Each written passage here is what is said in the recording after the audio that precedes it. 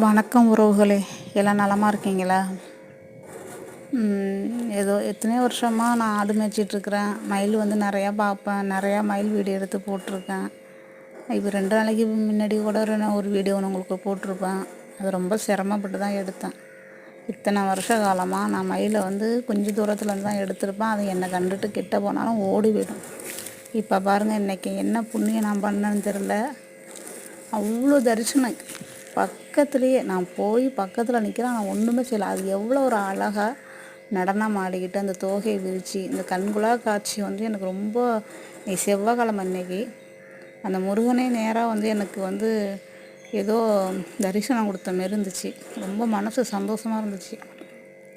மனசு எவ்வளோ தான் கஷ்டமாக இருந்தாலும் இன்றைக்கி இந்த சந்தோஷம் வந்து எனக்கு ஈடில்லாதது. நான் இத்தனை வருஷமாக இவ்வளோ கிட்டக்கெல்லாம் நான் மயில் வந்து நடனம் ஆடி நான் பார்த்ததே கிடையாது. இத்தனை வருஷ காலமாக மயில் பார்த்துருக்கேன், தோகை விரித்து செல்லே பார்த்துருப்பேன், டிவியில் பார்த்துருப்பேன், இல்லை தூரத்தில் நின்று பார்த்துருப்பேன். ஆனால் இவ்வளோ கிட்டக்க எனக்கு அதுக்கும் ஒரு ஒரு 10 அடி தான் இருக்கும். அவ்வளோ பாருங்கள், எவ்வளோ தரிசனம் அது கொடுக்குது பாருங்கள். எனக்கு சந்தோஷம்லாம் தாங்கலை. இது இன்னொரு வீடியோ உங்களுக்கு 2வது வீடியோ அப்லோடு பண்ணி நான் போடுறேன். இதுக்கு நீங்கள் வந்து நீங்களும் எனக்கு வந்து தரிசனம் கொடுங்க. இந்த மயில் எவ்வளவு தரிசனம் எனக்கு கொடுத்தது, அதேமாதிரி நீங்களும் எனக்கு தரிசனம் கொடுக்கணும்.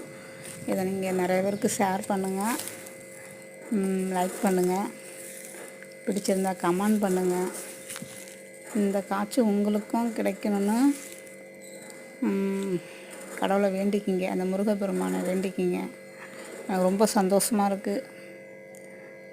பிடிச்சிருந்தா மீண்டும் மீண்டும் கேட்குறேன், லைக் பண்ணுங்கள், கமெண்ட் பண்ணுங்கள், ஷேர் பண்ணுங்கள். நன்றி.